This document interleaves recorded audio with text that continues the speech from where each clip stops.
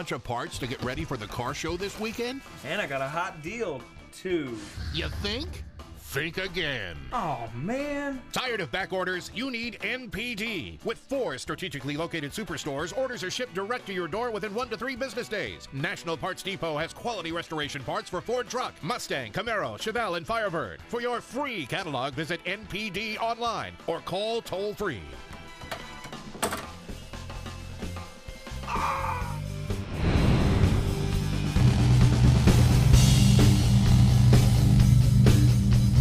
Up next on this week's episode of Operation Mustang, we got a whole thing about heater hoses. What direction do they go in? Nobody knows? I'm telling you. High-intensity headlights. They finally came out with headlights for these old cars so we can see where we're going at night. I got a birthday shout-out, alignment of trunk lids, alignment of hoods, speedometers. That's a real easy thing to figure out. I'm going to show you how to do it. Until then, I need to finish this welding job.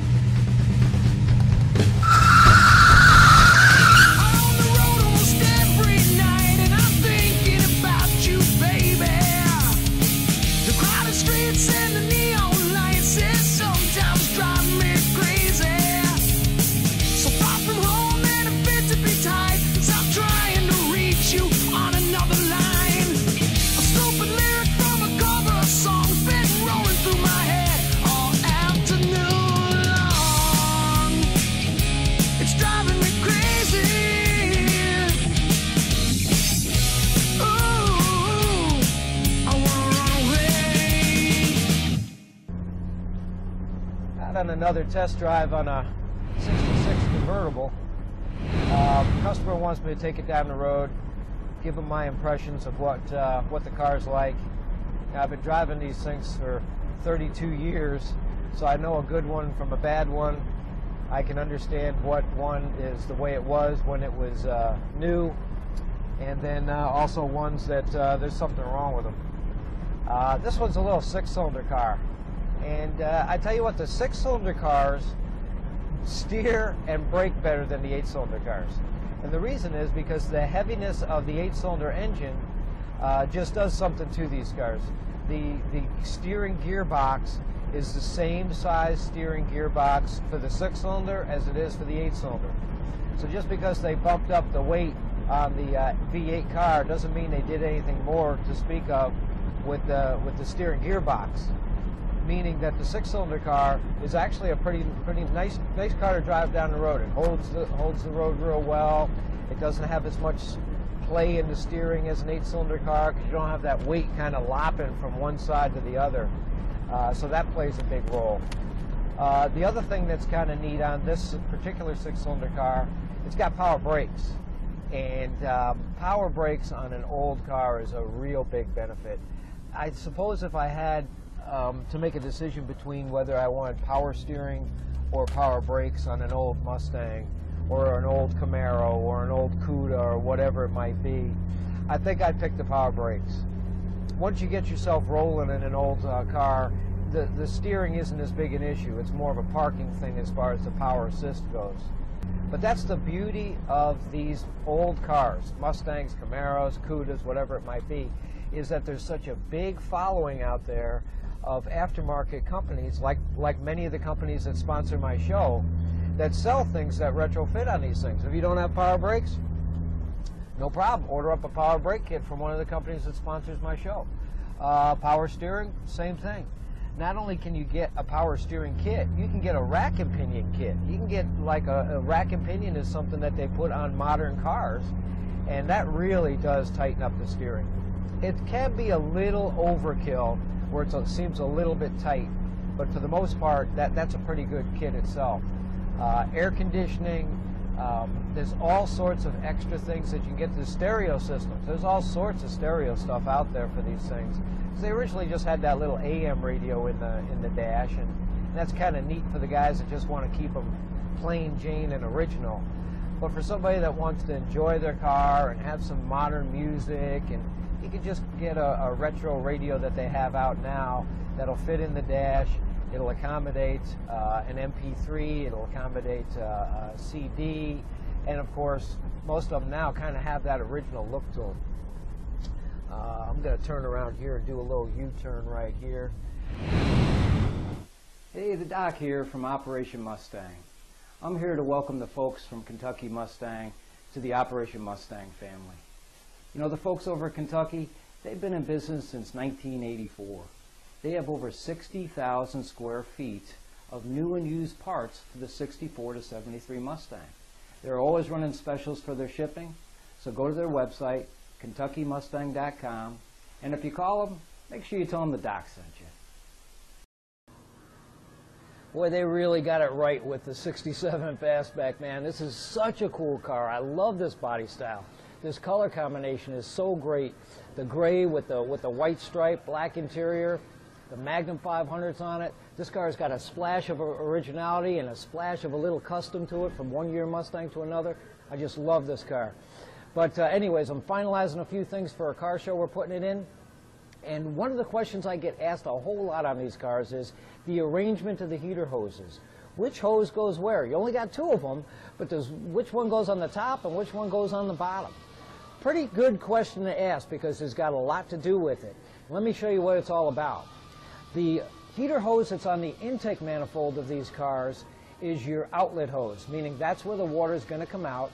It's going to run down the heater hose into the firewall to the lower section of the heater core itself. On the other side of the firewall, you got a whole heater box that has a heater core in it, and these heater hoses lead into an inlet, comes back out, and then leads to the outlet. The reason why they have the inlet on the bottom and the outlet on the top is so it can push out any type of a blockage of an airlock inside there. It also allows the warm water to kind of rise. As warm water, just like hot air rises, warm water will seek its height too. So this way the warm water will go in the bottom, push out any air, and then go through the top. Then from there, your upper radiator or upper heater hose runs down the intake manifold and into the water pump itself. So the inlet is your water pump side, the outlet is your intake manifold side. If you also go to your shop manual, whether it's a Camaro or a Mustang or a Cougar, whatever you got, man, the shop manuals normally outline what's the inlet, what's the outline. They usually have little arrows on the hoses to show you the flow of water so you know which goes where. It's a real important thing to do. And I tell you what, man, I just love working on this car. I wish this one was mine. If I'm putting together a 67 Fastback, this is the one I'm putting together. Let me finalize a few things and we'll move on from there.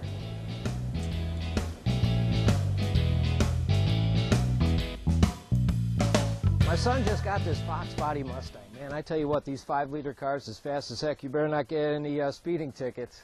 But one of the problems that this car has, like all cars, is the inside rearview mirror fell off on it. He just walked up to the car the other day after he bought it, and the inside rearview mirror is on the floor near the seat.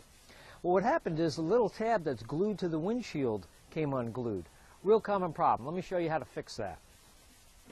If you go to the store, auto parts store, wherever you might go for your parts, you'll find that they offer a glue kit.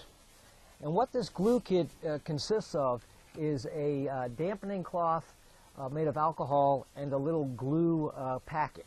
It's made by Permatex. You can get them where they also include the little glue tab that glues on the windshield too if for whatever reason you lost the thing. But he didn't do that, so we don't need that at all. And inside the package you're going to find two things here. Little activator towelette and then the glue right here. We're going to glue this tab up onto the windshield where it came off. First things first, take a razor blade and kind of clean off the old glue that's still left on the windshield. Next, take the towelette tab that they give you, open it up, and what you'll do is you'll clean the area.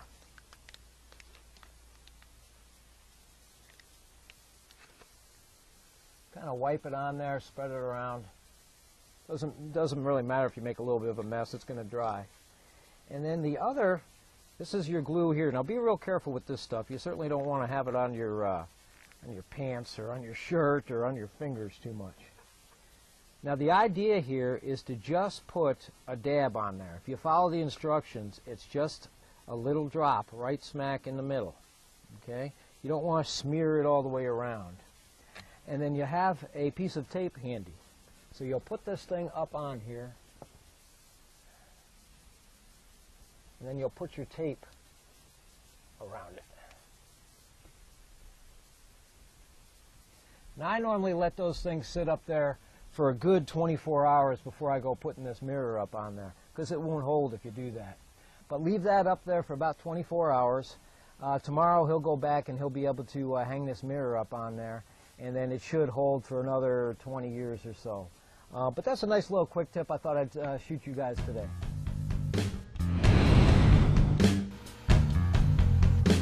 Man, I can't get enough of this 67 Fastback, man. Silver Frost Metallic, white stripe GT, black interior, Magnum 500s. This car, we got this one really right. What a beautiful combination of colors. But one of the things that a lot of guys don't get right is the alignment of the hood and the alignment of the trunk on cars. I don't know why. I go to car shows, they're all out of alignment. Well, I'm going to show you what the idea is behind aligning these hoods. Check it out. The idea is to have a hood and a door and a trunk lid, all the panels aligned so nicely as if you took a butter knife and cut them out of there. That's the idea behind it. It's not an easy thing to do, but it can be done. If you look at the way we fit this hood here, it fits nice and even and perfect to the cowl. It fits nice and even perfect to the fenders. It fits nice and even perfect to the headlight doors, and it just sits right in place. You don't have to slam it. You don't have to force it down. It just opens and closes just about perfect. Look how nice all this alignment is right here. You could almost roll a ball bearing down this line. That's how nice of a line we made on this car. Let me show you how that's done. There's an adjustment on the hood itself where the hinge bolts to. You got these two bolts here. They're slotted. So this will give your fore and aft. In other words, if you loosen these two up, you can move the hood up or move the hood down, which is going to move the hood forward or move the hood back. These three bolts down here that actually hold the hood hinge to the apron itself, those will move the hood up and those will move the hood down also, but it also kind of moves the hood in and out. You can play around with that and really dial the hood in. The other issue is the latch itself. Remove that latch. Take that latch out of there when you're going to align the hood. You don't want the latch to be the deciding factor on how your hood fits. The latch is just there to just latch it down. It's not there to help align it. So if you drop this hood down, like I'm going to do now, and it pulls the hood over from one side to the other, you know you got your latch off. That latch is just there to latch it. It's not there to align the hood at all. So keep an eye out for that. Let's walk to the back of this car and check out the trunk too. You know, the speedometers in old cars, no matter what it is, it doesn't have to be a Mustang, my dad's old Chrysler Imperial, my Lincoln Continental. The one thing that all these older cars have, and even a lot of the newer cars have in common, is the speedometer and how they work. It's actually a pretty interesting thing on what's going behind back there. All people do when they drive a car is just look down and they see the speedometer needle go up. They don't know what the heck is going on behind there. What's behind the scenes that's making the speedometer work? And what you got back there is a gear that's on the output shaft of the transmission. And that gear drives another gear that's on the end of a cable. That cable goes into the back of the speedometer head. And what it does is it spins this piece of steel that's basically, say, your negative pole magnet. And as it spins, there's another piece of steel that just kind of barely is on the outside of this spinning piece of steel. And the magnet, as it spins, it starts to slowly generate what a magnet generates and lifts the other piece of steel with it. That's how they're able to get it where it's a slow rise. Because if it was a direct connection, as soon as you'd start going, the cable would just make the speedometer needle just fly to 120 or in this case 140 miles an hour. So they came up with this idea of using a magnet that's spinning with a piece of steel that's barely, it looks to me like it's about 20,000ths of an inch away from the magnet. So this way, as the magnet spins, it slowly pulls the piece of steel, which that piece of steel is attached to the needle, and then the needle slowly rises. It's actually a pretty neat, simple thing, but a real effective and efficient thing. Sometimes you get speedometer bounce. The speedometer needle bounces. That's because the cable is getting interfered with. The cable's not smoothing, not going smooth enough inside its little housing, and it's sticking. So that's making the needle hop up and down. There's different ratios of gears at the end of the speedometer cable that go into the transmission. You can have ones with 20 teeth, you can have ones with 19 teeth, you can have ones with 18 teeth, whatever it might be. The faster the speedometer goes, the less teeth that you have. The more teeth, the slower the speedometer goes. So you can kind of dial it in to kind of get some accuracy out of your speedometer. These are actually pretty accurate if they're dialed in right. You got to play with tire sizes, you got to play with gear ratios, but for the most part you can get them dialed in pretty good. So if there's one thing that's in common with all old cars, speedometer, that's the one. Hi, the Doc here from Mustang Restorations. You know, in over 30 years of restoring these old classics, I've dealt with a lot of companies. And Dallas Mustang has been with me since the 1980s. If you go to their website, dallasmustang.com, you'll see parts for the 64 to 73 car, the Fox body car, and of course all that late model stuff that's out there. And for you guys that have a late model Chevy or Dodge sitting next to your pony in the garage, they got stuff for that too. Their phone number, 1-800-MUSTANG. How cool is that? And if you give them a call, make sure you tell them that the Doc sent you. Well, the Doc's relaxing at home on his easy chair watching TV. You know, if you watched episode 10 of Operation Mustang last week, you'll see that I just got a brand new TV. Brand new Sony 46-inch. After 25 years, I finally broke down and got one. It's got a Wi-Fi, a picture-in-picture type of thing, meaning I can watch regular network TV, but also go online and be surfing out online on different things. And what I ran across was a pretty cool insurance company called Continental Western. Go to CWGcollectorcar.com and you'll see what these guys are all about. They have all sorts of coverages for collector cars, meaning they have a nice breakdown on there. And I copied a few things down. Check it out. Their available coverages are, of course, liability. They have medical payments. Other than collision. What does other than collision mean? It means that if the car gets caught in a flood or a fire, you're covered. And then, of course, they have collision. You know, I have more cars come in that get hit in the back, they get hit in the side, they get hit in the front, stuff drops on them, they're just sitting in the garage all by themselves and things run into them. I mean, I get all sorts of stuff in my shop like that, so it's great coverage to have. Uninsured and underinsured. That's for the people out there that maybe aren't smart enough or just, for whatever reason, just didn't get insurance, and then they hit you, and now they cover that for you too. And then full safety glass. So your windshield is covered if something hits it on the road or even in your garage, which I tell you what, more stuff happens in your garage on these collector cars than out on the road sometimes. So go to their website, CWGcollectorcar.com, and check these guys out. Now, one thing Ford did in the 67 and 68 model year that I like on this particular car, they had this accessory applique that would go along the taillight panel. Look at that. Is that beautiful or what? Now, we happen to two-tone this one. Since it had the white stripe on the side, we made these gills here white too to kind of give that echo of the side stripes into the back of the car. And boy, that treatment sure did come out nicely. But same thing here. You see the way we got the fit of this trunk lid? It's got nice even margins all the way around. It's almost like it was cut out of the car as if the car was one piece and we made that part. Kind of the same thing back here, what you got in the trunk. You got a couple of bolts that hold your trunk, and those bolts will not only hold the trunk lid to the hinge, but if you loosen them, you can move them fore and aft. That's your fore and aft adjustment. There's a couple of bolts down there where the hinge bolts to the hinge plate itself, and that will help move the trunk lid up or down or kind of twist it forward or back. Same thing back here. Take that striker out of there. You don't want that striker to be the deciding factor on how this thing is going to lie. I take the striker out, I do my trunk alignment, I let it sit down, and then I just use my striker and my latch as the thing to latch it with. So it just latches into place, goes straight down. You don't want to pull it from one side to the other, especially a beautiful car like this. So that's what it's all about as far as the line and trunk lids on this thing. We just about got ready for show, and I'm going to be the one driving it there. You know, if there's one thing that the dock is all about, the dock is all about safety when it comes to cars. I don't care whether it's your old classic car, your Mustang, your Camaro, your Cuda, whatever it might be, or mom's minivan at home, a new modern car.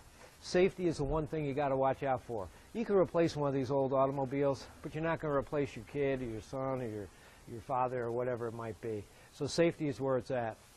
One of the things that they've really improved on over the last 20 years is the intensity of headlights. Headlights used to have inside them what's called tungsten steel, which was great for its day.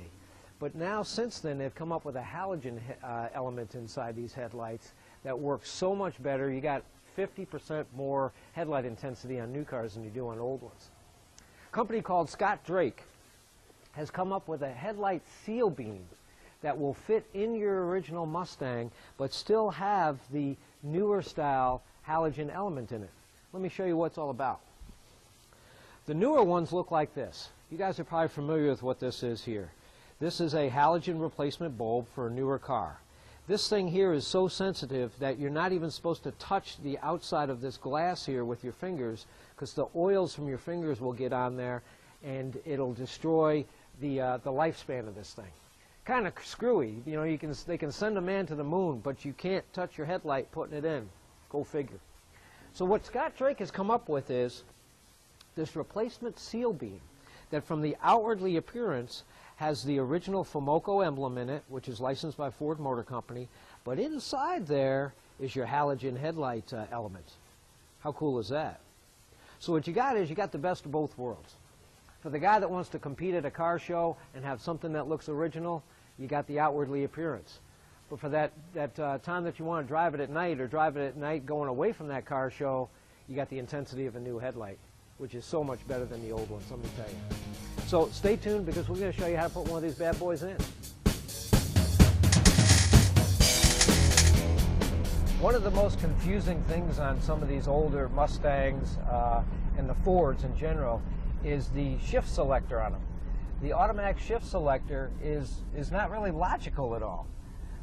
You know, the thing on newer cars and most cars is you got park, you got reverse, you got neutral, and then the one after neutral is drive. Well, on these older shifters, the one after neutral is not your full drive range. And I get so many people driving it around and say this one up with the little dot right there.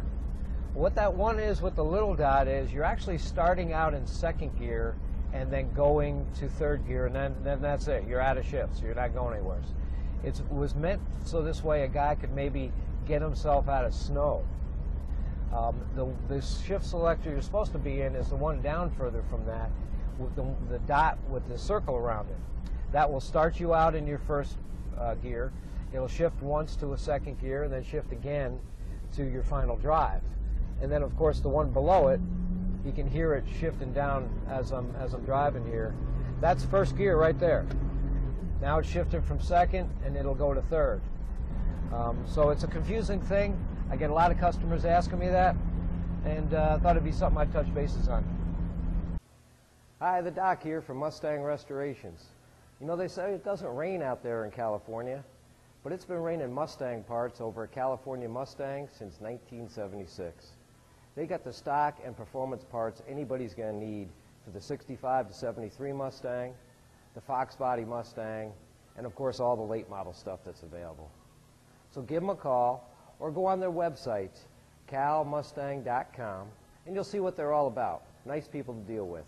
If you do, make sure you tell them that the Doc sent you.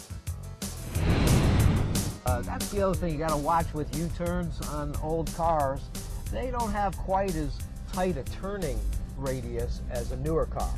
You know, these are cars that were built 40 years ago, so you know they're not going to have the same things on them. You can't fault them for stuff like that. I'm all for safety. That's why I'm all for the power brakes. I'm all for seat belts. I'm all for some sort of protection on your gas tank in the back, like the tank top cover that I sell. I'm all for radial tires. Bias tires that they had back in the day, fine and dandy. That's good for the guy that wants the stock stuff, but they handle and steer really badly. There's a couple of tire companies out there. Coker is one of them that sells a radial tire that has the outwardly appearance of a bias belted tire. So you can cruise around looking like you got the original tires on there, but you get the safety of the radial tire, which is really good in wet weather. We're going to bring this thing back to the shop, do a few things to it, give it a check over, and report back to the customer.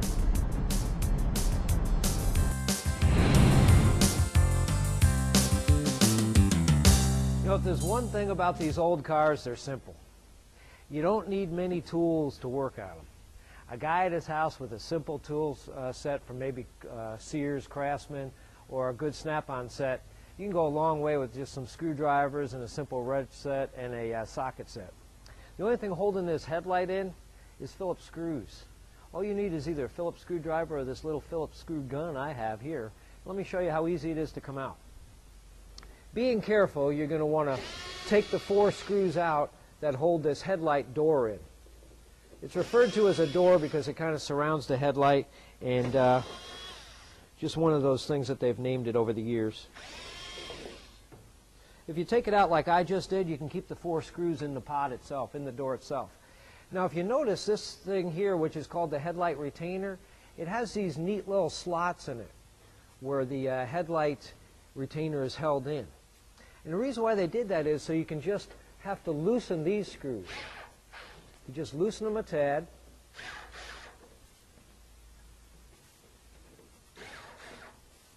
And now what you'll do is you'll take this headlight retainer and turn it, and that allows you to pull it out without having to take the other 3 screws actually out of there.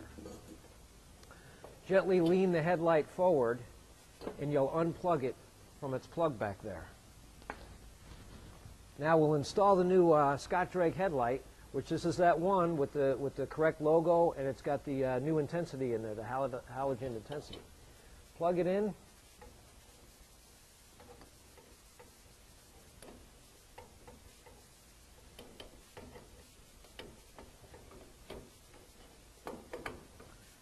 Then take your headlight ring, just gently put it back on there, line it up with the screws, and then turn it.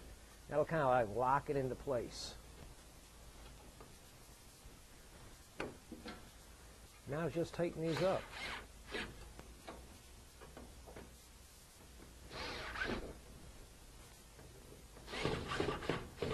Just make them snug. You don't want to over-tighten them. You don't want to strip them. Now that thing is secured in there, you might do a headlight alignment if you find that your headlight is like aiming into the trees.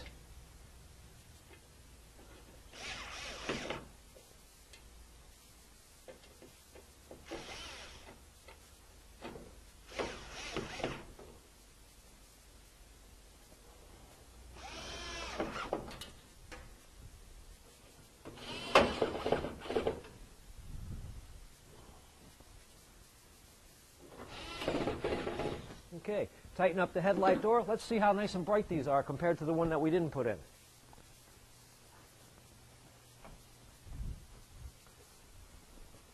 Check that out, man. Look how much brighter that headlight is to that one over there. That one almost looks like dark and gray. And this one over here is nice and bright and yellow, almost like sunlight. So again, you got the best of both worlds. You got the outwardly appearance with the Ford logo of a seal beam that looks original, with the high intensity of a halogen headlight inside that seal beam. How great is that? Go to the Scott Drake website, scottdrake.com. You'll see more safety-related things like this on their website. All right, I'm sitting back on my easy chair watching my new Wi-Fi picture-in-picture television. And I'm out on the internet again. My wife's always giving me a hard time. Now that I got this TV, I can't get off this chair. But, you know, the biggest help that the internet is for the collector car guy is the forums that are out there. It's a place where if you have an issue, you can go to, and there's other people with the same issues that have posted questions, and chances are there's an answer out there to help you out with your problem that you might be having. And a couple of them I ran across. One of them is called Mustang Evolution. Now this is a pretty cool site. They cover Fox bodies and of course the later model ones that are available now and all the early stuff. And I'm always on that one. I'm trying to help people out, answering questions and doing what I can. I tell you what, it's a full-time job doing that too. But I'm always on that website. And another one is Vintage Mustang Forums. Now, Vintage Mustang Forums, they have their site is split up into all sorts of different categories across the country. They have like a East Coast, a West Coast, Midwest, South, North. They're all over the place. So any particular area you happen to be in, you might be able to zone in and actually maybe even get in touch with people that are in your area and get in touch with car clubs that are near you. So visit these websites, visit these forums. They really will help you out. I'm always on them. I'm trying to answer questions for people, doing what I can for the Mustang community. It's a lot of fun. Now, thanks for watching this week's episode of Operation Mustangs. I have a lot of fun doing this job, and I appreciate everybody watching my show. I want to thank a new sponsor that's come on board, Distinctive Industries. Distinctive's been around since 1969. In 1972, they're the ones that actually started making Mustang upholstery again. Go to their website, distinctiveindustries.com, and they have reputable dealers all over the country that you can contact for their fine upholstery. Also, I'm behind an effort called Mustang Dream Giveaway.